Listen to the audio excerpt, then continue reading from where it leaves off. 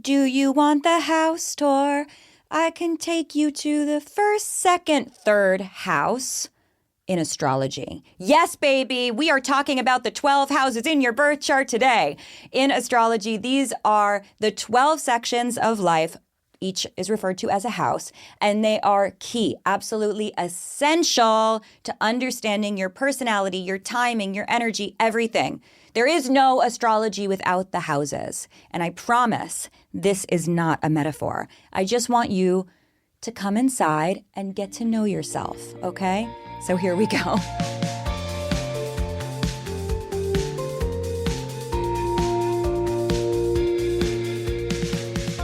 Hello, and welcome to Astrology with Aliza Kelly. I'm your host and your spiritual friend, Aliza Kelly, and I'm so happy that you're here. Wednesdays are the tea parties, and this is amazing because you have come at exactly the right moment. I have your cup right here. You're gonna love it. It's hot and fresh and just for you. Every single Wednesday, we gather for a tea party. This is where we unpack different parts of astrology that actually shape your life, like the 12 houses, which is what we're covering this week. And then on Mondays, don't worry, because I also have a weekly brew for you there, including your horoscopes. You get it? Your horoscopes. Along with a theme for the week ahead. This week's theme is You Can Run, But You Can't Hide. Ooh, creepy. And I have journal prompts and tarot and everything you need to know to get yourself set up so you're rip-roaring ready to go. I also want to say thank you. Thank you so much for tuning in and for supporting astrology. This episode marks our fourth tea party, which is wild. Where is the time going? I don't know. As your resident Capricorn rising, I am truly lost in the sauce. I cannot keep track of it anymore. So you're on your own, kid. But if you haven't yet, be sure to rate, review, and follow Astrology because this is going to help other people find their way to our show. It's going to help us build a community. And, you know, that's really what astrology is all about. It's vibing with your fellow freaks. Also, speaking of vibing with your fellow freaks, if you happen to be in the Los Angeles area, dare I say, Southern California at all, dare I say, the Southwest, I am so excited to invite you to my show that is happening so soon in Los Angeles. It's called Aliza's Tea Party, a live astrology show. It is a one-night-only event taking place on Thursday, May 14th at the Elysian Theater in LA. A theater? Yes, honey. It is a show. Okay, it is a show like you have never seen a show before. It is an off-Broadway show. Tea will be spilled, but anything can happen. And I mean anything. There's going to be astrology. There's going to be thrills. There's going to be chills. The inspo is Rocky Horror meets Walter Mercado. So if that sounds like the vibe, I want to see you there. But dress up if you dare, if you please, s'il vous plaît. Wear a little tea outfit, wear a hat, wear some gloves. It's a tea party at night, and it's going to be wild. Tickets are only $20. I'm going to drop the link in the show notes, and I can assure you it is going to be quite the thing. Okay, but now we have a tea party to attend. Our tea party of the 12 houses.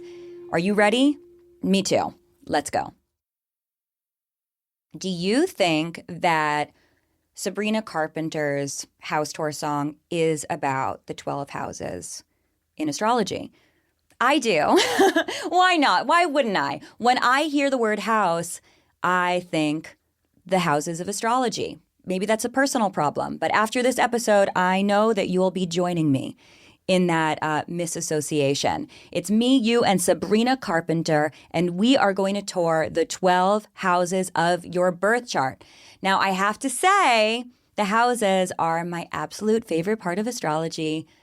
Is that true? I feel like every episode I tell you that something else is my favorite part of astrology, but it all is because I just love astrology and I love all of the parts that make astrology astrology. And light it up and connect the dots and bring it all to life. It's giving pattern recognition. And the houses are such a major unlock. So let's talk about them, okay? When you look at your birth chart, the wheel, not the table, we covered that a few weeks ago that your birth chart is not a table, it is a wheel, you may notice, you should notice, I hope you notice, that it is divided into 12 distinct sections. Each one of these sections is called a house. And if the planets are the what and the signs are the how, which they are, the houses are the where. They are the areas of life that show us where the specific energies, the archetypes, are playing out in your world. There is a house for everything. We have a relationship house, a house of communication, a house of career, a house of alchemy, of magic. There's a house for everything under the sun because all of the houses are the entirety of your entire life. We'll get to that in a second. Now, we read a birth chart from the rising sign counterclockwise down and around. So the first house is established at the 9 o'clock position if your chart was, a regular clock.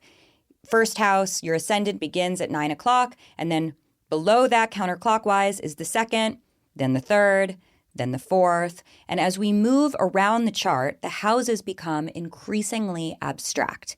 They go from hyper-personal to collective, even universal, transcendent, and that is by design.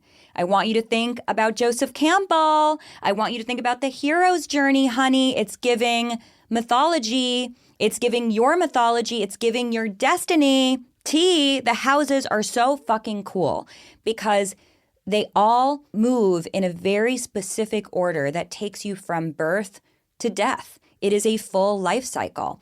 And that life cycle, obviously, you experience over the course of an entire life, but you also experience it through the different planets that are moving around that. The houses and the totality of them define our self-actualization journey. And if you know me, you know that I always say every circle is a cycle and every cycle is a circle. And that's really the essence of this 360-degree wheel that the planets are constantly moving around. Houses 1 through 6, which are all located beneath the horizon line, the bottom of the chart, are all about the conditions you were born into.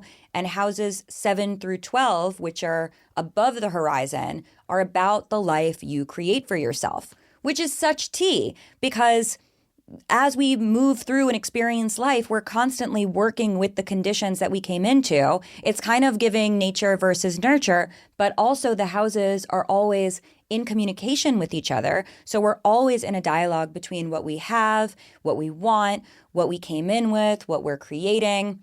It's tank. There are no coincidences. It's tea. It's everything. It is the totality of the experience. Now, as I mentioned, planets are moving around the houses in relation to their orbit. So we are going through these little life and death cycles all the time. In the case of the moon has a 28-day orbit, so it goes around all of the houses every 28 days, which is indicative of the fact that our emotional journey goes through a life and death cycle once a month, right? The sun moves through all of these houses every 365 days. It's a year. And it spends about a month in every house, right? 12 months of the calendar year, 12 houses. And then we have the big bad outer planets, like Jupiter takes 12 years. It has a 12-year long orbit. So it spends a year in each house. And Saturn has a 30-year orbit. So it takes Saturn 30 years to go through that cycle. Uranus has an 84-year orbit. So it takes Uranus 84 years to go through all the houses. And then we have a planet like Pluto that takes 248 years to complete an orbit. So in the case of Pluto and also Neptune, which is 165 years, you never actually experience the totality of these deep outer planets going through your whole chart, right? You only experience a little section of that journey, which plays out in a much bigger way in the totality of that large planet cycle in the collective. So Pluto only ever is going to go through a small section of your birth chart in its orbit. But, of course, countries can exist for an entire Pluto cycle, right? The United States, which is turning 250 this year, is also going through its Pluto return. Pluto returned 248 years, which, means that Pluto, as of right now, will have moved through every single house in the United States' chart, completing a life and death cycle. Is that terrifying? Absolutely. But it is also tank. There are no coincidences. You can't make this shit up. There's a reason that everything is falling apart and collapsing right now. Yes. There's a reason that empires last 250 years. Yes. Okay, but back to you, honey. Keep in mind that at the moment you were born, the planets in the sky were in certain houses. And that was architected based on which zodiac sign was coming up from the eastern horizon at the moment you were born. And when we take a snapshot of that sky, that's your birth chart. So those planets in those houses define the unique areas of your life where the planets in your chart are manifesting their energy and expressing themselves. Those are static points. Those are not changing. Those are not moving. That is the blueprint, honey. That is the essence of you. So if you have the sun in your third house, your sun, your identity manifests through communication and through the relationships that you have with your friends, with your peers, with your colleagues, with the way that you understand and are understood. If you have your moon in your seventh house, this means that your emotions manifest through your relationships. If you have your Mercury in the eighth house, it means that your communication manifests by talking about things that are taboo, psychological, no bullshit. You feel me? Of course, we can layer on the zodiac sign as well, but really just understanding how a planet manifests through a house, where in your life that energy shows up, is incredibly major, incredibly powerful. These planets show up in your life in the domains of their respective houses. So understanding the power of those houses in your life is literally how your birth chart comes to life. It's literally how astrology happens. Now I know what you're going to say, but Aliza, I don't have any planets in my ninth house. But Aliza, I don't have any planets in my second house. But Aliza, shh, baby, take my hand. Here's the truth. Most people, I would say 99.9% of people, have houses without planets in them. Okay? We can call these empty houses, but I think that this term is kind of silly because it sort of suggests that these houses are barren wastelands, but they're not. The houses are actually never empty. They are always getting activated by the planets moving in the sky. And they are also always getting activated by the relationships we have in our life. Yes, honey, your Virgo crush is activating the area of your chart that Virgo falls in, the Virgo house. And whether or not you have any planets in Virgo or anything in that house is getting activated by that relationship. You get it? The houses are always alive, every single one of them. But of course, understanding the houses that contain your planets have extra special significance because they show you how to tap into and maximize your energy and your potential. And I'm not trying to get all self-development coach on you, but let me put on my little Tony Robbins headset for a second and tell you genuinely that if you learn how to work with the houses in your birth chart, you will change your life.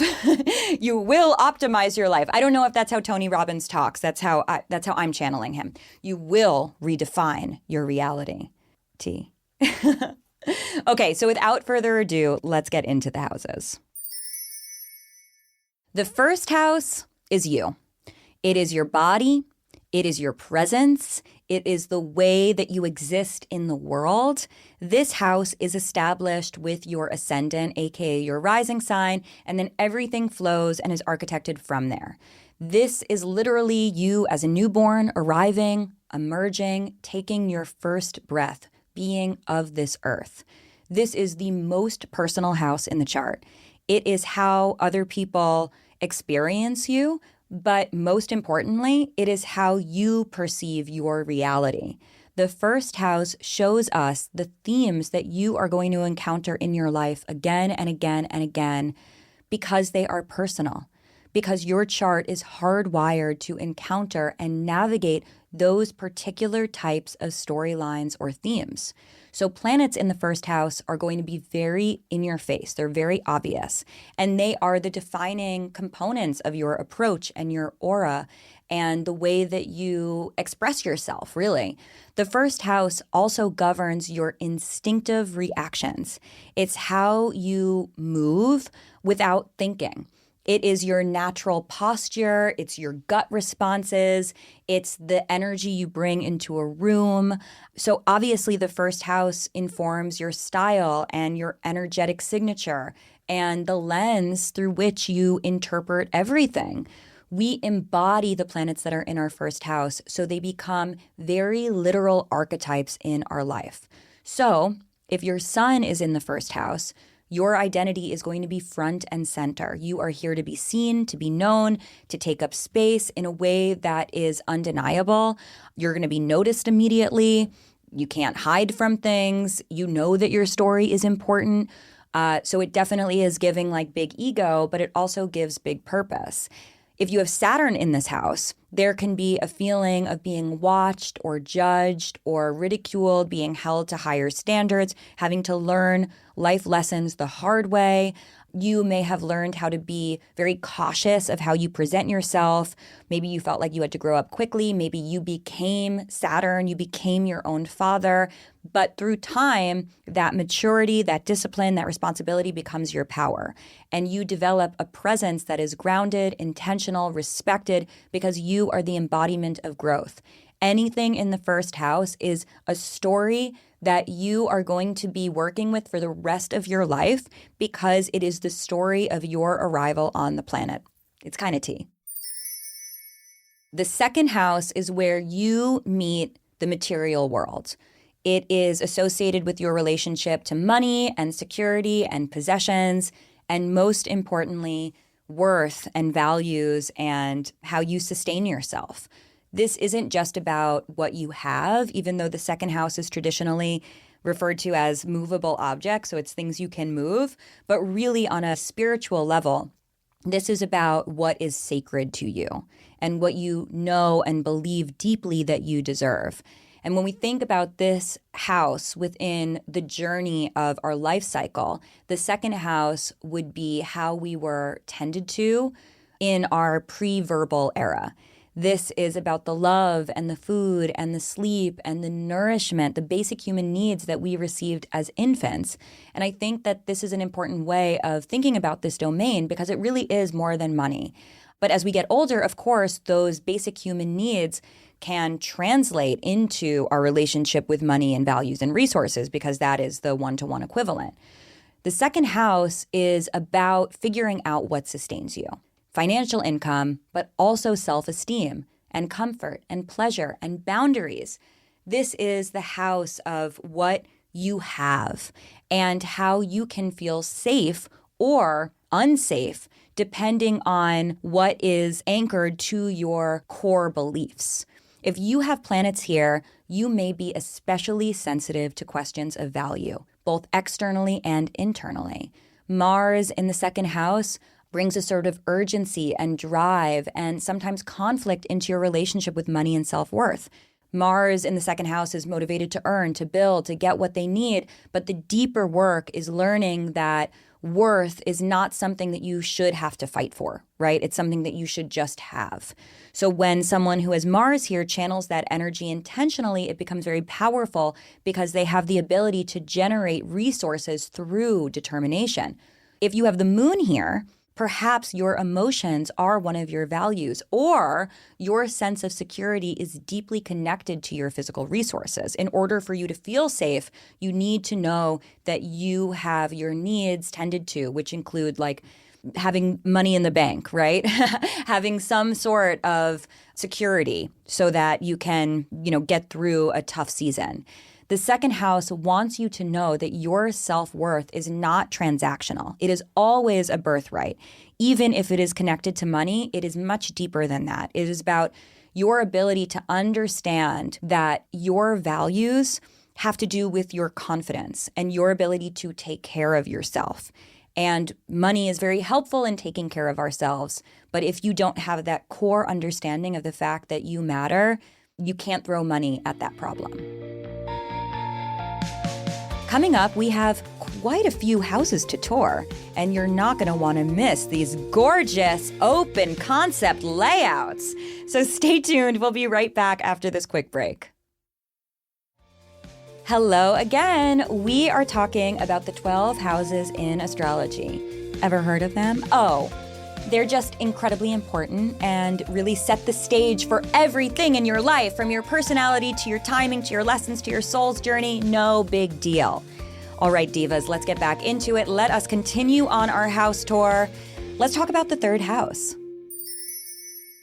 The third house is the house of communication, and it's how you understand and how you are understood.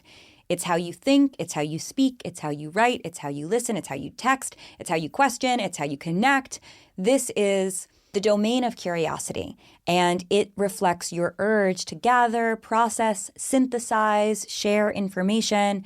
And it's also your neighborhood. It's your daily rhythm, it's your siblings, it's your connections to your classmates, your colleagues. It's the way that you relate to the world immediately around you. So thinking about this again from like our life cycle journey, this is the area of the chart when we are first developing language. These are like our preschool days. And this is when we start to look around and we realize that we are among others who are also little tiny fairies like us. And we start to begin to express ourselves and the way that we communicate what our needs are, the way that we communicate what our interests are, and how we form or don't form connections. So planets here can really amplify your mental energy or challenge you to take a step back and refine how you express yourself. Maybe you are someone who thinks in images. Maybe you need a lot of space to process your thoughts before speaking. All of that is fine. Maybe with a certain planet here, with Saturn here, you felt a lot of pressure to get things right. Maybe you were afraid to speak up. Maybe you love to speak up. Maybe you have Mercury in this domain and you're like, it all flows here, right? If you have Venus here, your words might have a certain charm and magnetism and flirtatious energy to them. Communication is a value to you, so it's always something that you are trying to harness and bring into romance and love and your perception of beauty, right? If Pluto is here, maybe you are meant to completely transform your peer-to-peer relationships. Maybe you felt really misunderstood by your siblings or your classmates, and then it becomes your job in this lifetime to find the deeper truths as to what these connections mean as they relate to your self-actualization journey. The third house reminds you that your words create your reality. Words are wands, baby, and how you describe your life and how you participate in your life through your words become how you experience it. That's tea. The fourth house sits at the very base of your chart. It is your foundation. It is your core. Like the first house corresponds to your rising sign, your ascendant, the fourth house corresponds to another angle, another 90-degree point, the Imum Coeli, better known as the IC. No one's saying it in Latin. This is ultimately, this fourth house IC placement is where you come from, both literally and energetically. It is what was going on beneath your feet when you were born. If you were to see down below the earth, it is what was underneath the earth. It is your origin. It is your ancestral inheritance. It is your early childhood. It is your private interior world that defines how you came to be. I always say that your fourth house is your villain origin story because it is. It's your development. It's when you realize who your family is and what they do and how they make a living and how those structures support or don't support you. There is an awareness to the fourth house. So let's say this is like your elementary school years, okay? This is when you start to understand why your life is different than your peers' lives. And maybe there's a little bit of comparison, a little bit of judgment, a little of like grass is always greener thing going on. But this is you. This is your villain origin story. Now, the fourth house governs your concept of home. Not just the structure you live in, but also the feeling you seek when you want to feel held. It is your emotional roots. It is what grounds you. It is what nurtures you. It is what gives you a sense of belonging. It is basically like your childhood in a nutshell, okay? So planets in the fourth house can speak to your relationship with your parents, your mother in particular, how you were raised, the stories that have been passed down through generations, or the ways that you may have been shaped by your childhood environments. So if you have Mercury here, for example, maybe, really using your brain throughout childhood was very important. You were someone who retreated to your journal, or you needed to process through your words. Maybe there was a lot of people talking around you. You had to find your voice among a lot of chatter. If you have Uranus here, this could signal a very unstable or unconventional upbringing, one that was constantly changing, constantly evolving, one that pushed you to redefine what safety and belonging looked like on your own terms. The real tea of the fourth house is that the fourth house is why you decide that you need to take action and make a change. That's the real tea. Like if we think about this from a mythological hero's journey perspective, the fourth house is what lights the fire under our ass and says like, it's time to find yourself. The fifth house is the house of self-expression and creativity and romance and joy. This is where your inner child comes out to play. And I would say that from, a hero's journey developmental perspective, this is like when we're in high school. This is when we really start to refine and understand what our special talents and gifts are. We're in sports, we're in theater, we're in debate. The fifth house is everything that you are creating, from art to babies. The fifth house is also associated with children, but also, big, bold ideas, anything that is coming into fruition.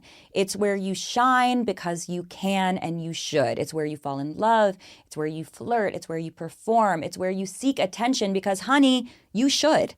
Now, planets here need to find their special gift. They need to find their charisma, their riz, their style, their magnetism. And this house shows where you need to find your own creative expression, right? How you individually are going to put on a show and razzle dazzle. And whether that is on a literal stage or it's on a sports field or it is in a kitchen because you're a chef, like this is where you take your special abilities and you put them to work. So if the sun is here, honey, you're shining, right? There's creativity, there's confidence, there's an identity that needs to be centered around your talents and your special abilities. And ultimately, like being able to find the outlet for that is part of your mission in this lifetime. If Saturn is here, maybe self-expression felt restrictive at first. You felt like, oh, how am I gonna ever find my voice? I have, so many things that I need to take care of, so many responsibilities. But through time, Saturn in the fifth shows us someone who becomes very disciplined, very respected at what they do because they know how to really cultivate that skill set through hard work and attention and refinement. The fifth house is a reminder that fun is spiritual, that there's depth to your joy, that pleasure can be competitive and self-expression can be a form of healing. But if you're like Aliza, this sounds idyllic. Is there anything wrong with the fifth house? Let me tell you what's wrong with it, okay? Fifth house people, while being extraordinarily creative, can very much struggle with doing anything they don't want to do. And unfortunately, that's a part of life. I feel like Chapel Roan is my fifth house poster child. Incredibly talented, incredibly gifted, but does have this entitlement to her experience, which can feel very triggering for other people, right? She doesn't want to do what she doesn't want to do. And for the rest of us, we're like, honey, that's you sometimes have to do things you don't want to do. And ultimately, that is how the fifth house manifests, right? It's learning how to show up as yourself. It's learning how to do that in a world that has a lot of demands and expectations for you. It's learning how to do that in a world that has demands and expectations without dimming your light, and also how to get people to want you to succeed, right? Because you need ultimately people to support you in your endeavors. And the fifth house is sort of the balance of all of that. The sixth house is your daily life, your routines, your responsibilities, your to-do lists, and how you take care of your body, baby. The first house is the body you're born with, and the sixth house is the body you create. The sixth house is about time management. It governs work, not, the big career moves. That's the 10th house. We'll get to that. This is the grind, honey. This is the stuff behind the scenes. This is you drilling down every day, doing the damn thing. This is how you spend your days, okay? This is how you spend your time, your hours. This is what your schedule looks like. In our life cycle journey, this is your first job right out of college. This is you figuring out time management, figuring out what your responsibilities are and why it is important to actually take control over your calendar, because if you don't, honey, it will take control of you. This house also governs health, physical health, but not just physical health. This governs your relationship to wellness overall.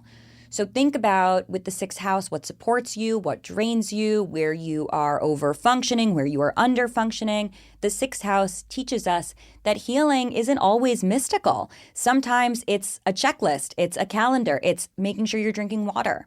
And planets here also always have a strong sense of duty, but also can struggle with perfectionism or burnout.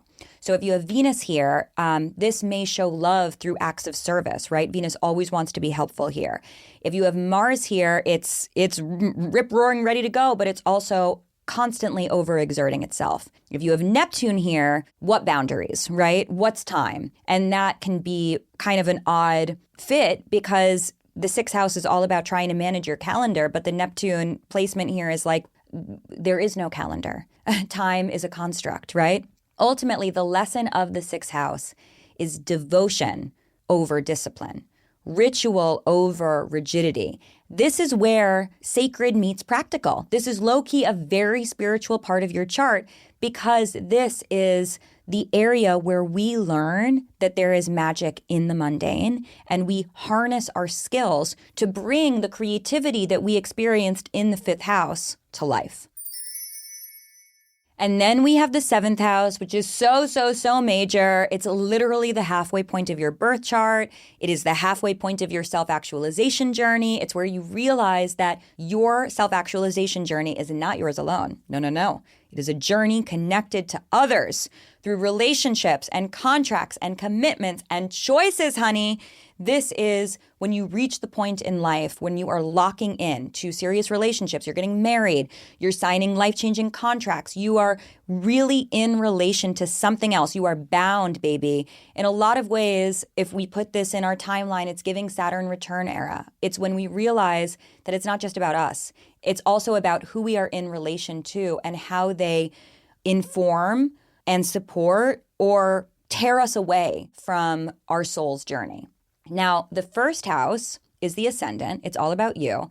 The seventh house, the opposite, is the descendant, and it's all about we. The seventh house is your perspective through the lens of external dynamics. Basically, it is how you interface with the world. It is you once life happens. This is the house of one-on-one connections, but it is also the house of understanding how you actually exist in reality. Planets here need to find external ways to manifest, period. And that's not a bad thing, because people need people.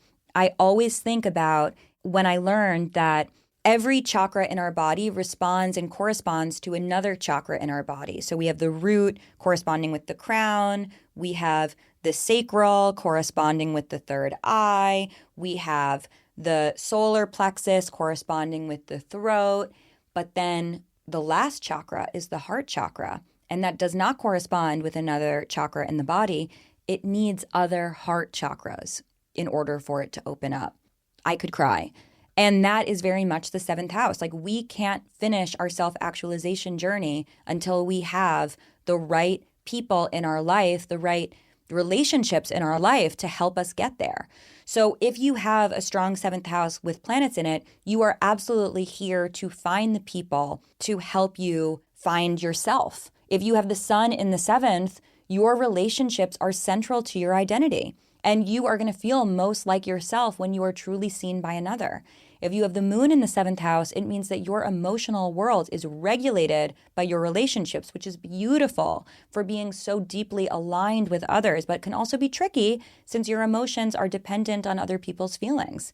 The seventh house reminds us that we actually need people to help us get where we want to go.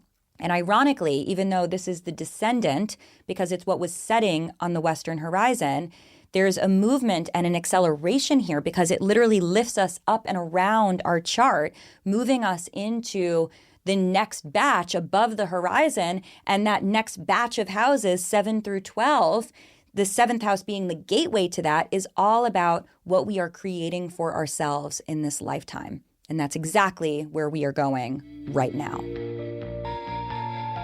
Coming up, we are talking about what happens when the houses evolve to help you reach your highest imaginable self. Yes, honey, your fullest potential. Baby, we are talking about houses 8 through 12. Stay tuned, and we will be right back after this very quick break.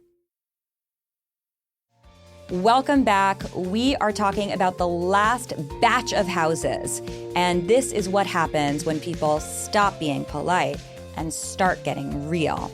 But actually, these houses are about the life that you are creating for yourself and building on all of those foundations established in houses 1 through 6, established by your alliances in house 7. Now we are taking all of that information and we are accelerating with it. We are moving, we are going, we are flowing. So let us start by shifting over into the haunted mansion itself, my home away from home, the 8th house.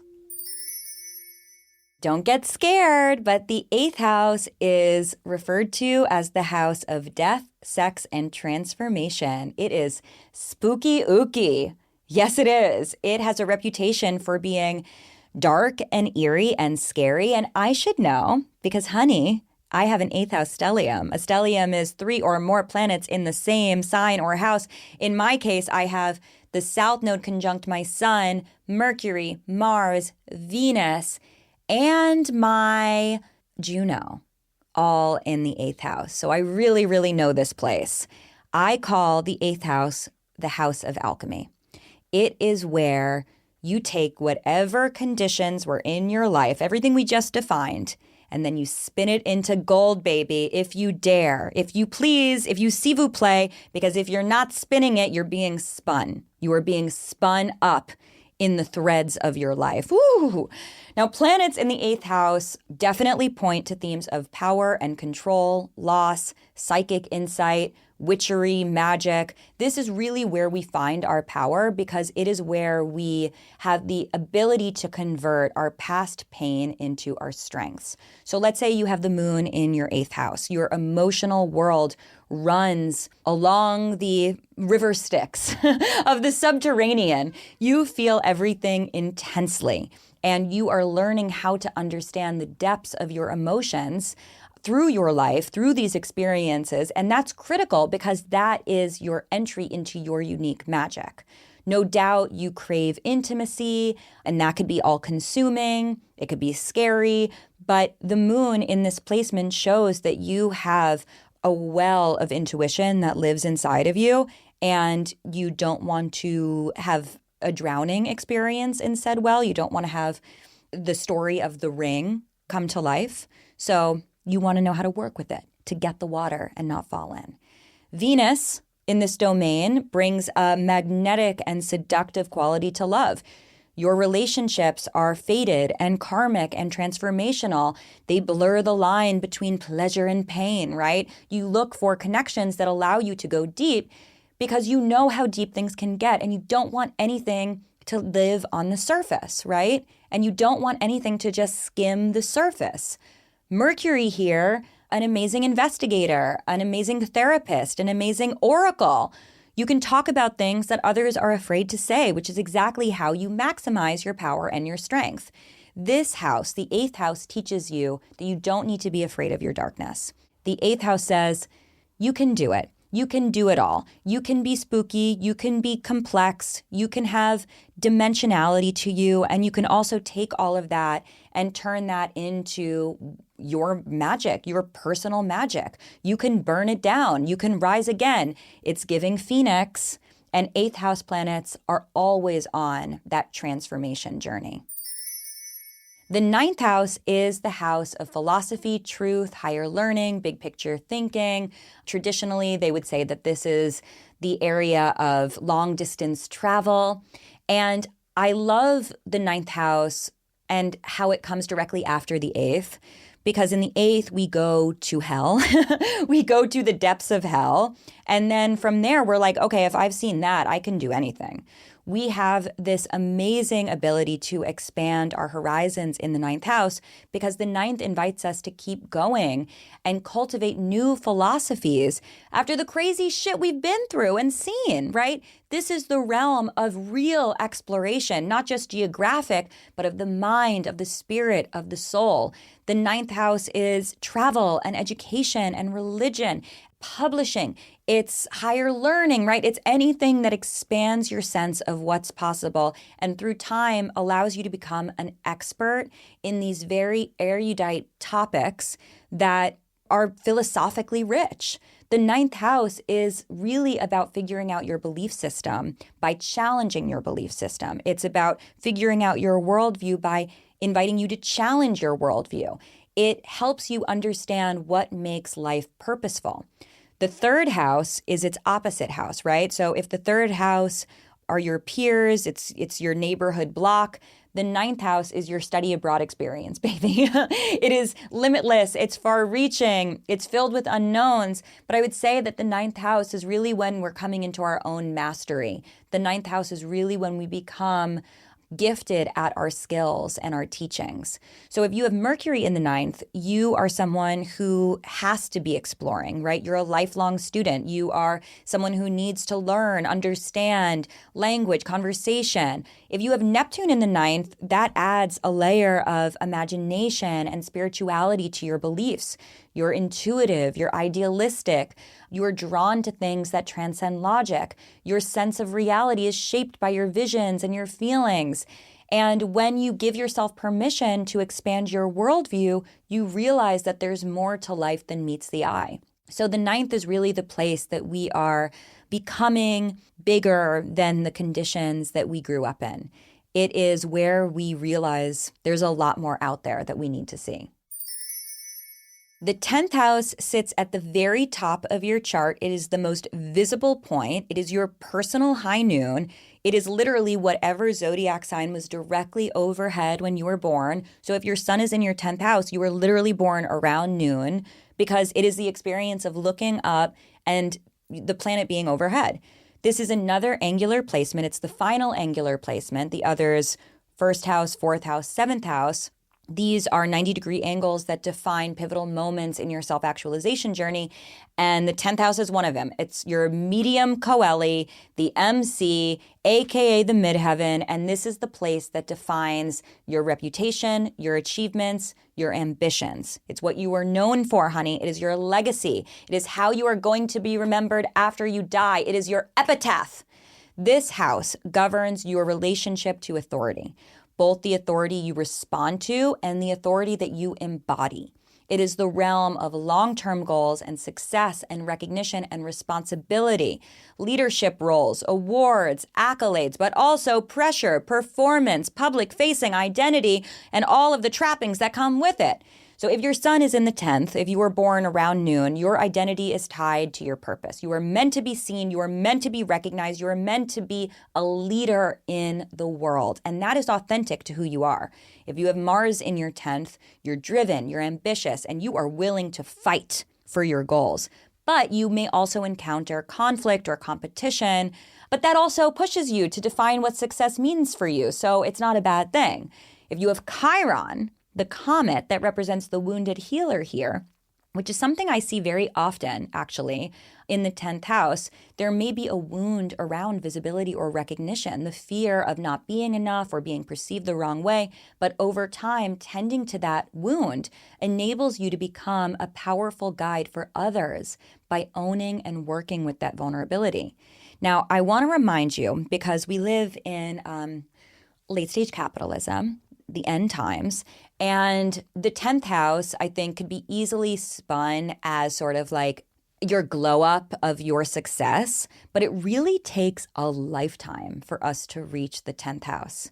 Really, this is like a second Saturn return story if we're thinking of it in the arc of our life. It's kind of like late 50s, early 60s. It is not something that we are hitting and locking into overnight. It is certainly not something we are hitting and locking into in our 20s.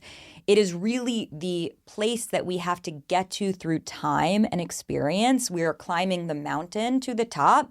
And once we get there, we can look out and be like, wow, I made it. But then right away, we begin to disseminate. When we get to the 11th house, we begin to come back around our circle/cycle. We start wrapping it up, okay? The 11th house is the realm of the collective. It governs large-scale community, big social networks, movements, big technology, big changes for the future, like modernity at large.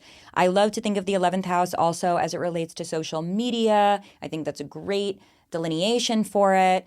It's really about how you are a manifestation of the collective experience. And, coming right after the 10th house, you hustled, you worked hard, you achieved amazing success in the 10th house, slay. The 11th house shows you who was impacted by your contributions, positively or negatively. It's literally your audience. It's your people. It's people you will never meet, right? That are still being impacted by your choices. And, another interesting thing here is that while we often think of the 10th house as peak career, I have to say, most celebrities have planets in their 11th because it allows them to reach an audience. It allows them to be something bigger than just themselves. Such tea. Now, the 11th house is all about finding your place within the wider ecosystem, what it takes to connect with stories and narratives that are bigger than you alone. So if you have Mars in the 11th, you bring that drive and momentum into communities. You're the one organizing, initiating, fighting, clashing, protesting, right? You really are here to figure out what we as a collective are fighting for. If you have Uranus in the 11th, your connections are unconventional, ever evolving. You attract weirdos, forward-thinking people, and your role in the collective often involves you shaking up the status quo and redefining the norms. The 11th house is a reminder that we are all part of something bigger, that your life has a ripple effect. In our life cycle, this is you as an old person getting ready to go. It's you 95 years old looking back on your life. So be intentional with the dreams and the energy of the 11th house, because this really defines not just your legacy, but the impact that you make on the world.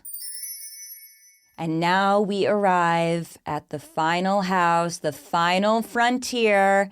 The 12th house. The house of the unseen, the house of dreams, the house of intuition, the house of healing, the house of the unconscious, the house of the divine, the house of dying. This is the soul. This is the most liminal space in the chart. In fact, in our life cycle journey, you no longer have a body here. You have left the body. This is just your raw soul.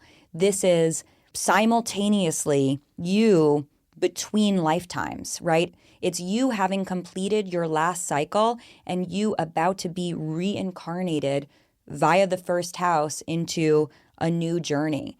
So you have no ego here, right? You have transcended the trappings of mortality. It is both the womb and the underworld. It is the liminal space between existence. Casual. The 12th house governs all that exists in the astral. So this is your spiritual life, your fears, your mental health, your psychic powers. If you have the sun in the 12th house, your identity is deeply complex, deeply psychic, deeply magical. Of course you feel unseen, like often, right? Because you are literally between worlds. But your purpose is rooted in spiritual awareness, compassion, and understanding what lives beyond the surface and helping other people recognize the nuance and dimensionality of existence. If you have Saturn in this house, there can be fears or isolation emotional heaviness, this constant chronic feeling of being alone, right? Of feeling responsible for your own solitude.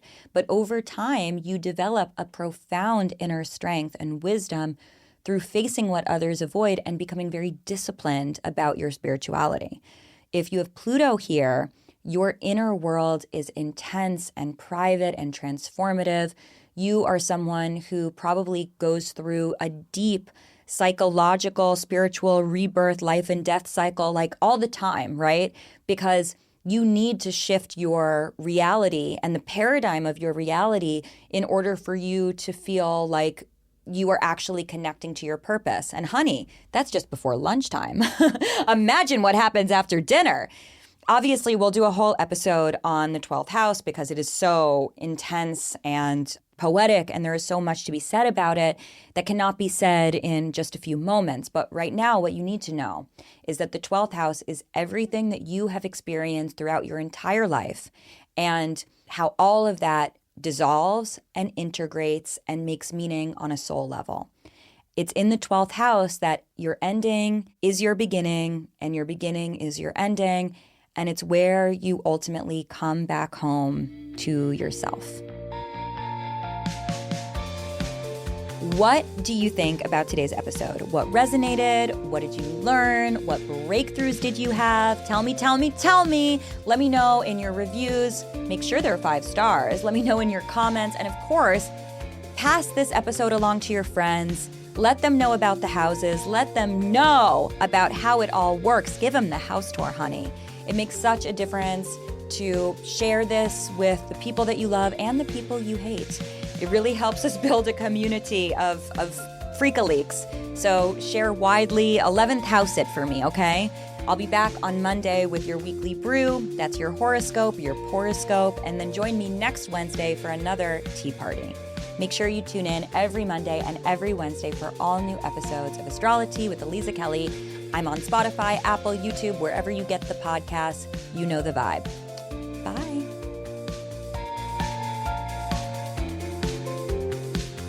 Thank you for tuning in to Astrology with Aliza Kelly. Astrology is produced, written, and hosted by me, Aliza Kelly, and brought to life by our wonderful team, Evan Joseph, Grace Hill, Katrin Ree, with original music by Luke Schwartz. Thank you for listening. We love you.